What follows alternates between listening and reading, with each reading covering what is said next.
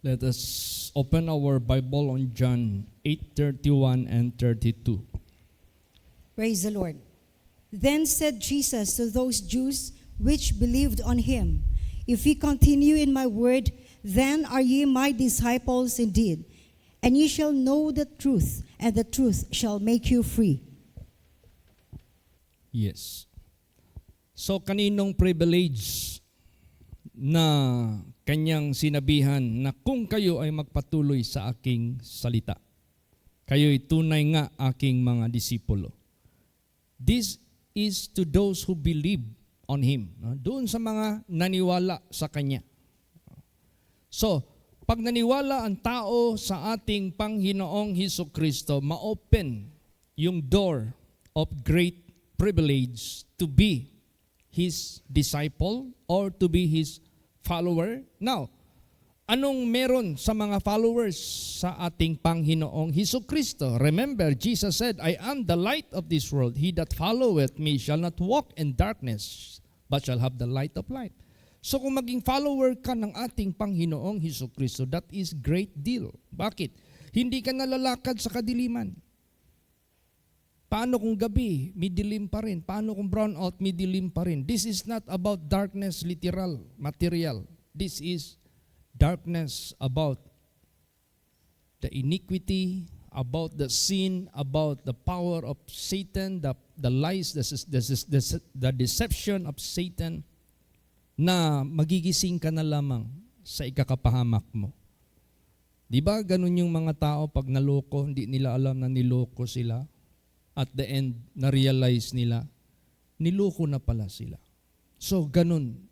Pero kung sumunod ka sa ating Panginoong Hesukristo, you will never walk in darkness, but you will have the light of life. So, if you are a follower indeed of our Lord Jesus Christ, that is big deal sa buhay mo. Kasi hindi ka lalakad, magpakailan pa man ng madilim. And whosoever walketh in darkness knoweth not whither he goeth. Ang lumalakad sa dilim, hindi alam saan patungo. Yan yung mga tao na walang Jesus, walang sinusunod na liwanag, walang sinusunod na katotohanan. And Jesus said, and ye shall know the truth, and the truth shall make you free. Who is the truth? Jesus. Now, if Jesus will set you free, you will be free indeed. Praise the Lord. Makilala mo ang katotohanan. Sino ang katotohanan? Si Jesus Christ. Si Jesus Christ na ang katotohanan magbibigay sa iyo ng kalayaan. Sino mang pinapalaya ni Lord Jesus Christ, you will be free indeed. Ibig sabihin yan, there is no more attachment of entanglement of sin because Jesus is a complete and perfect righteous. Nandyan sa Kanya yung righteousness. Kaya pag sinunod mo si Lord Jesus Christ, you are free indeed. Laya ka na. Hindi ka na binihag sa anumang kasamaan, kadiliman, kalikuan sa sanglibutang ito. Basahin natin ang John 8:36. Kung siya ang magpapalaya sa iyo, ano ang mangyayari? Sige po. See, that is extra verse. Ipakita mo chat. Praise the Lord. If the Son therefore shall make you free, ye shall be free indeed. Yes. Bakit? No? Bakit talaga pag ikaw pinalaya ni Kristo, you will be free indeed? Bakit? Kasi ang sinunod mo na si Kristo is perfect. He is the light. He is the truth. There is no sin. There is no iniquity dyan sa buhay niya. Eh bakit yung ibang mga tao ngayon, may Bible, may religion, sumasamba, lasinggo pa rin. May Bible, sumasamba, nagsusugal pa rin. May Bible, sumasamba, gumagawa pa rin ng kalikutan sa babae. Kung babae, kalikutan sa lalaki. Pero makita mo laging nagsisimba. Di ba sinabi dyan sa banal na salita ng Diyos, ever learning but never able to come to the knowledge of the truth. Laging basa, laging simba, laging pakinig, pero hindi man lang talaga nakaabot sa kaalaman ng katotohanan. Bakit? It is not Jesus that is being followed. Hindi si Jesus talaga ang nasusunod. Sino pala ang nasusunod? Yung sinabi ni Paul, they are establishing their own righteousness. They are making their own righteousness. They are making their own way and are not willing to submit in God's righteousness. Kaya si Jesus Christ lang katotohanan. There is no iniquity.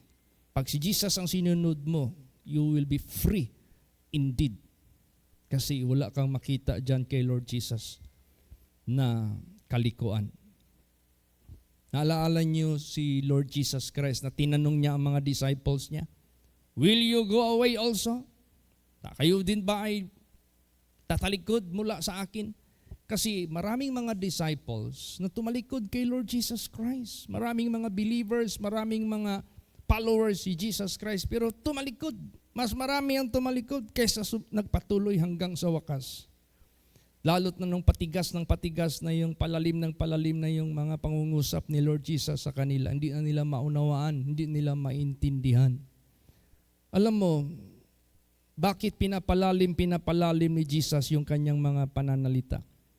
To measure how sincere you are, to measure how spiritual-minded you are, to measure how do you worship God, whether you worship God in carnality or in spirituality, whether you worship God in spirit and in truth or not.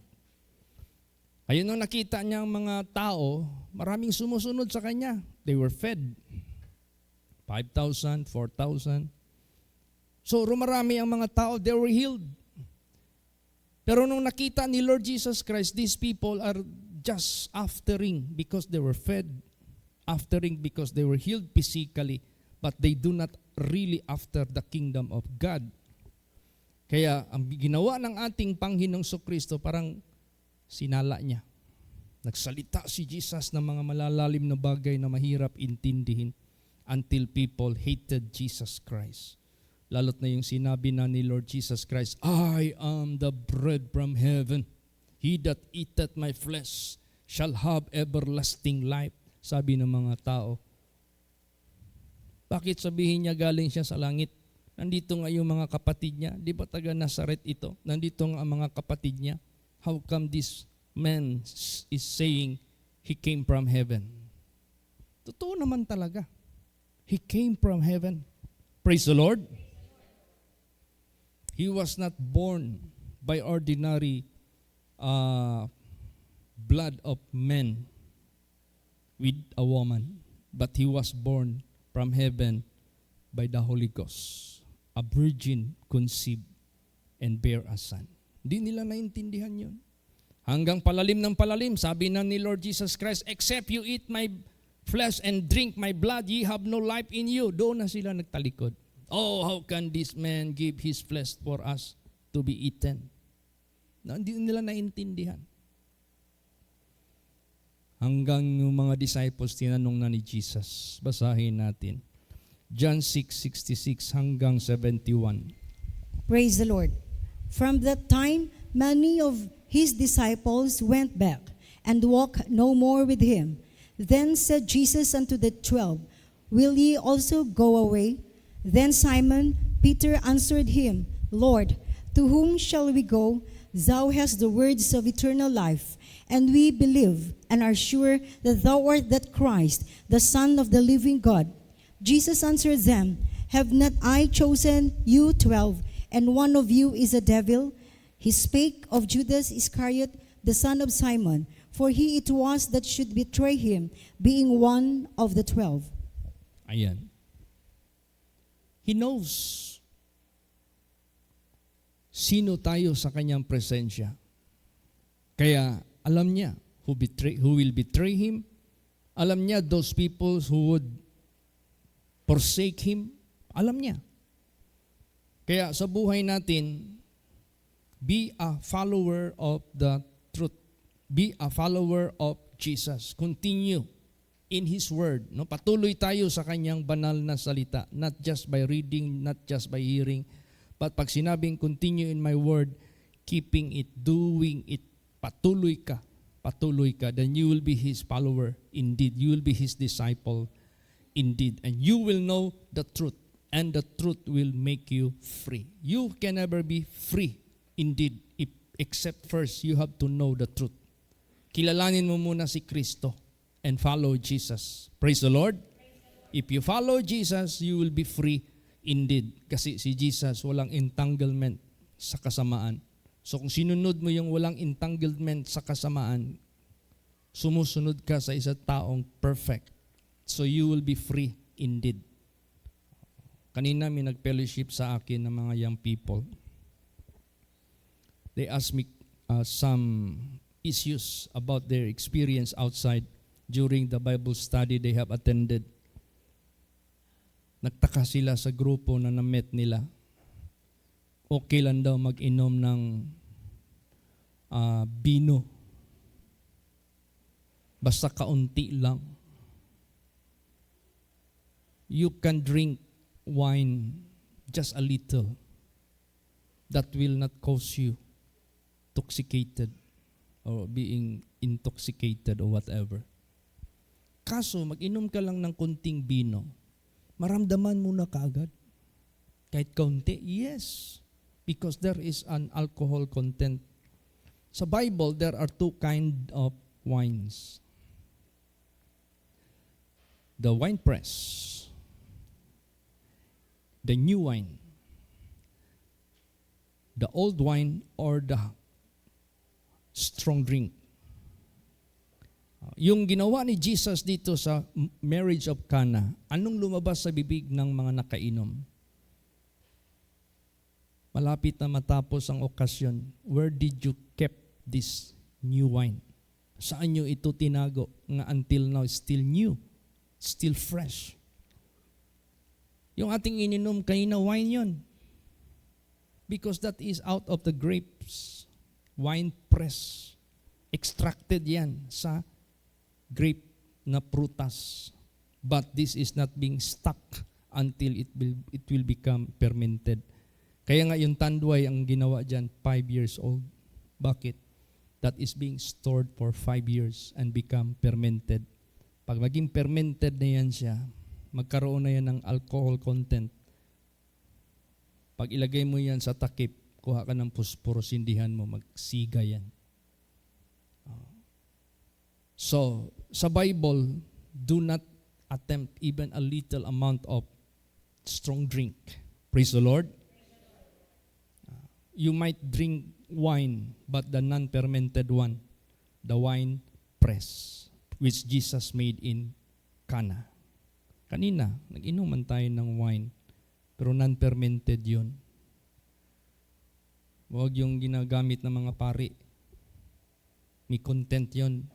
Kaya nga sa ilang communion na ginagawa ng pari, katagalan mamula na yung muka ng pari. May content yan. Sabihin ko sa inyo. So, let us not therefore be confused what is prohibited wine and what is permitted wine. Even the permitted wine, which is non-fermented wine, if you drink so much, it will also make you drunk or drunken. Kaya nga, yung fresh na wine, yung wine press, fresh, non-fermented, tama lang inumin mo. Praise the Lord. Kanina, konti lang yun. Pero kung ramihan mo yan, mabungog ka na po. Sigurado yan. So, pero iba na yung fermented. Kahit kunting inom mo, wala na, mamula na yung tainga mo. Hanggang maging addict ka na dyan. May mga taong addict na sa alcohol. Hindi na mapalagay yung katawan pag hindi nakakainom. Nanginginig na yung katawan. Yun na. Kaya pinagbabawal talaga yan ng Diyos, even little. Huwag mong i-start ng kaunti. Praise the Lord. So, sa buhay natin, let us be patient. No? Maging tayo, mapagpigil sa sarili natin sa mga tukso sa sanglibutang ito. Yung mga lasinggo, anong favorite verse nila? Yung kinukot ni Paul, yung sinulat ni Paul, inom gamayng bino, tambal sa kuto-kuto. Huwag na kayong uminom ng tubig. Uminom kayo ng maliit lang na content na bino, pagtambal na sa kuto-kuto. But Paul referring to the non-fermented. Praise the Lord. Pero ngayon, ginagawa ng mga lasinggo, yun ang favorite verse nila. Hindi raw nila kasalanan yun kasi nasa Bible daw talaga. Uminom ng kaunting bino. Kaso ang iniinom nila hindi na kaunti. Hindi man sila masatisfy sa kaunti. So, let us be patient in this world. Kasi marami talagang tukso. Basahin natin. Romans 2 verse 7. Praise the Lord. To them who by patient continuance in well-doing seek for glory and honor and immortality, eternal life. Yan. Be patient. In such what way? In well-doing. Kasi ang paggawa natin ng mabuti, maraming tukso. Maraming anong tawag yan? Bugal-bugalan o yung bang makiri, nag-i-scorn sa atin. Be patient. Basta nandyan tayo sa mabuting gawa, patuloy lang po tayo ng buong puso. Tingnan mo yung aming, reunion. Nagpaalam na ako sa classmate ko. Sabi ko, okay, I might attend our reunion, but just enough for me. After dinner, I will go out. Alam ko, after dinner, sunod niyan, ganun-ganon na yan eh. Tama talaga, hindi ako nagkamali. After dinner, nag-serve na ng ladies drink. Kuno.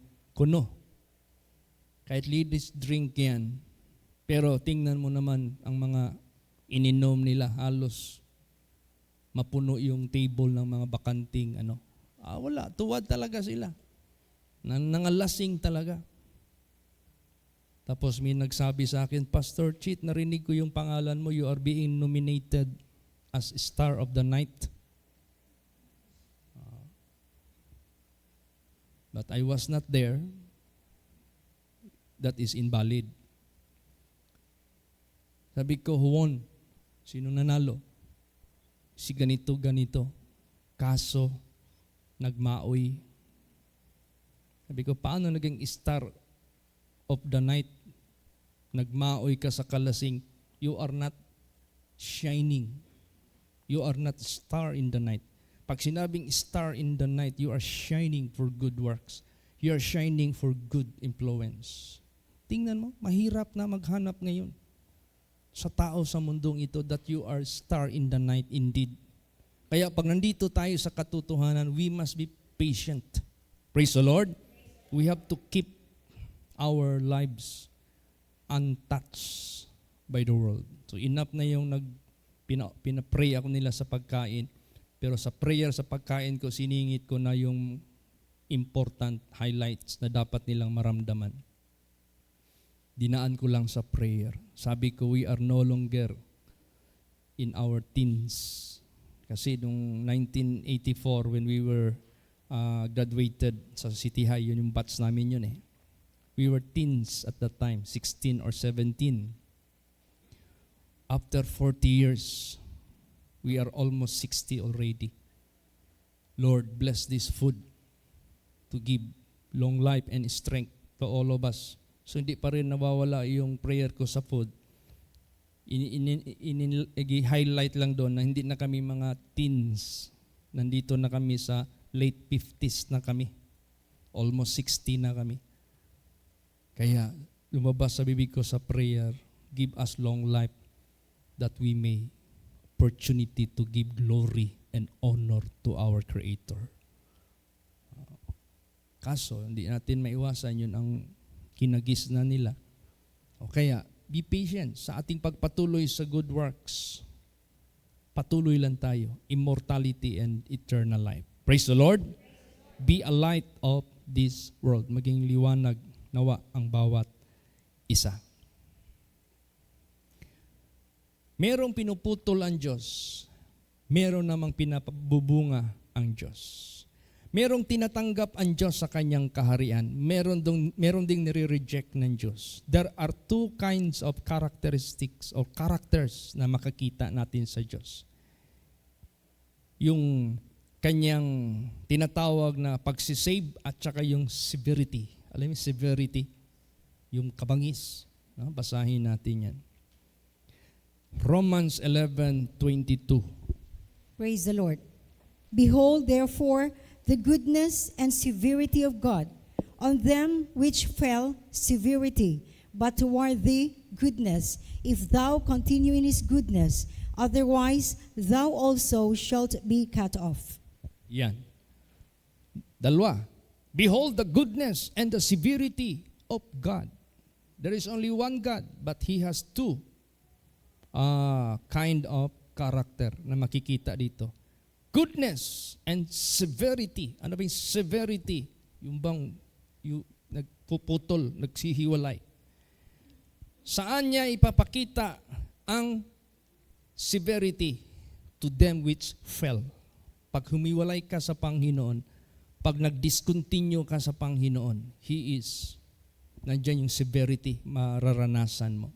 Kaya, do not discontinue in the Lord. Praise the Lord. Or else you will have the severity of God. But goodness, if you continue, praise the Lord. Goodness, if you continue in His Word. Goodness, if you abide in Him. Goodness, if you continue following God. Kaya, yan ang tandaan po natin.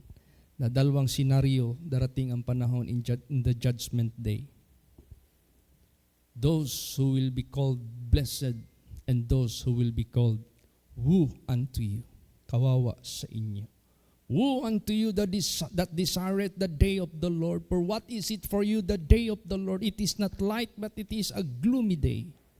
Bakit? Nagdi-desire sila sa day of the Lord na maliligtas sila.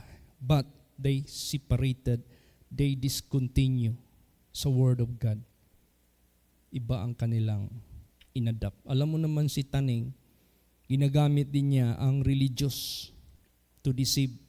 Gagamitin niya yung Bible, gagamitin niya yung Word of God, kunting twist lang, mag-iiba na yung magiging outcome. Tingnan mo, kunting twist lang niya ang ginawa kay Eve. Meron pang kasamang pang-aakit. Naalala niyo yung mga nagsisuicide na mga bombers, na mga ISIS? Ask them, why are you not afraid? Why are you not scared doing such things? Oh, because Allah promised us 32 virgins in heaven. Halata lang yung mga playboy. Kasi si Allah daw, nanaa daw og 32 virgins. What kind of God is that? God of unrighteous. God of confusion. God of disorder. No. Jesus said in heaven, there will be no more marriages. Praise the Lord. But you will be like angels. Yan ang katotohanan. Kaya sa pagsunod natin sa kanyang goodness and righteousness, we need to be patient. Kailangan magpailob ta. Para hindi tayo ma-deceive sa sanglibutang ito. So, what doctrine we need to follow? The Holy Scripture. Why? Because all Scripture is given by inspiration of God and it is profitable for doctrine. Doctrine. Meaning to say, laws and commandments to be observed by us. Doctrine. Praise the Lord. Basahin natin. Anong gawin natin dyan? 1 Timothy 4:16. Praise the Lord. Take heed unto thyself and unto the doctrine, continue in them, for in doing this thou shalt both save thyself and them that hear thee. Yan. Mag-ingat ka sa sarili mo at sa mga doktrina. Magpatuloy kayo doon sa paggawa ng yaon. Maliligtas ka, pati ang nakikinig sa iyo. Tama yung ginawa ni testimony ni Charis kanina na naging curious ang mga classmates sa kanyang buhay. Maybe they noticed something different from Charis comparing to the common women or classmates ng mga babae. So out of curiosity, they asked question from her. Habang ini-explain ngayon ni Charis, di ba? Na-feel ni Charis that they were being blessed and enlightened. Praise the Lord. Oh, yan yung ibig sabihin niyan. Maligtas ka, pati yung mga nanikikinig sa iyo na iyong sinisharean. Kaya, tayong lahat, wherever we might be, do not forget to share the gospel. Praise the Lord. At you are the walking epistle of Christ. Dito sa atin mababasa ang sinulat ni Kristo. Kahit di ka pa nagsasalita, that is noticeable. Mapapansin na yan ng mga tao that you are true follower of our Lord Jesus Christ. So, ang pagpatuloy napakahalaga. So, nagpasalamat ako after we had our fellowship. Nag-decide na itong magkapatid na mga kapatiran natin, magpabaptize na sila. Praise the Lord. So, meron na tayong schedule ngayong Sabado. Kung sino yung undecided pa, kasi na-feel nila ang pressure, na-recall ba nila, except ye be born again, you cannot enter into the kingdom of heaven. So, born again, baptism of water and of Holy Ghost. So, kung hindi mangyari yan sa'yo, it might cause you not to be saved. Kaya nag-decide na sila. Praise the Lord. Tama naman pala. Tama man talaga. Yan man talaga ang sinabi ng ating Panginoong Hesus Kristo. Yan yung magbibigay ng assurance eh. Basahin natin. Pakibasa. 2 Timothy 3:14. Praise the Lord. But continue thou in the things which thou hast learned and hast been assured of, knowing of whom thou hast learned them. Yan. Anong klaseng assurance? Sinabi diyan, but continue thou in the things which thou hast learned and hast been assured of, knowing of whom thou hast learned them. So what will make you assurance? No? Anong klaseng assurance ang gagawin sa iyo? Basa yung next verse, pakibasa, ituloy mo yan. 2 Timothy 3:15. Praise the Lord. And that from a child thou hast known the holy scriptures, which are able to make thee wise unto salvation through faith which is in Christ Jesus. Yan. Salvation ang nakataya dyan. Salvation ang napakahalaga dyan na kung magpatuloy tayo sa mga bagay na natutunan natin na nagbigay sa atin ng assurance, ito yung magbibigay sa atin ng katalinuhan. It will make you wise unto salvation. Praise the Lord. O, dyan tayo magpapatuloy. At ang pagpatuloy natin, it must be till the end. No turning back. Bakit?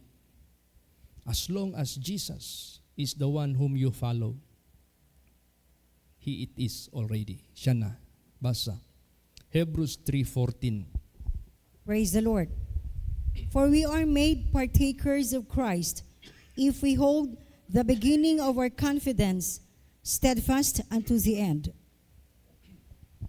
Okay. For we are partakers of Christ. What? We are going to partake of Christ. Of course, His kingdom. His eternal glory. Partakers of Christ, if, condition, if, pag merong word na if, that is conditional. If we hold the beginning of our confidence steadfast unto the end. If. So kung hindi tayo magpatuloy until the end, wala rin, say-say. Praise the Lord. Kailangan talaga until the end, hanggang sa katapusan. No turning back. Basa, Hebrews 10:38 hanggang 39. Praise the Lord. Now the just shall live by faith. But if any man draw back, my soul shall have no pleasure in him. But we are not of them who draw back unto perdition, but of them that believe to the saving of our souls. Yes. Sino mang tatalikod, walang kaligayahan ang kanyang kaluluwa sa kanila. Sino man ang nagtatalikod, walang kaligayahan ng Diyos. But we are not of them na tumatalikod, papuntang kapahamakan, but of them that believe to the saving of the soul. Praise the Lord. Kaya, tsaka maganda yung maglilingkod tayo kay Jesus. Bakit? You will never remain the same, but rather you are increasing in terms of everything.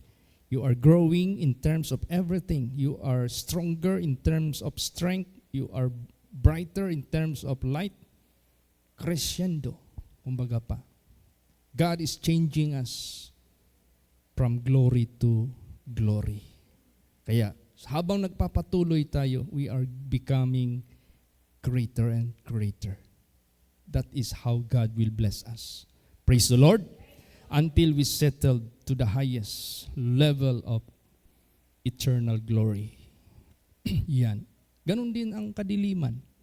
Become downward until you settle to the lowest hell.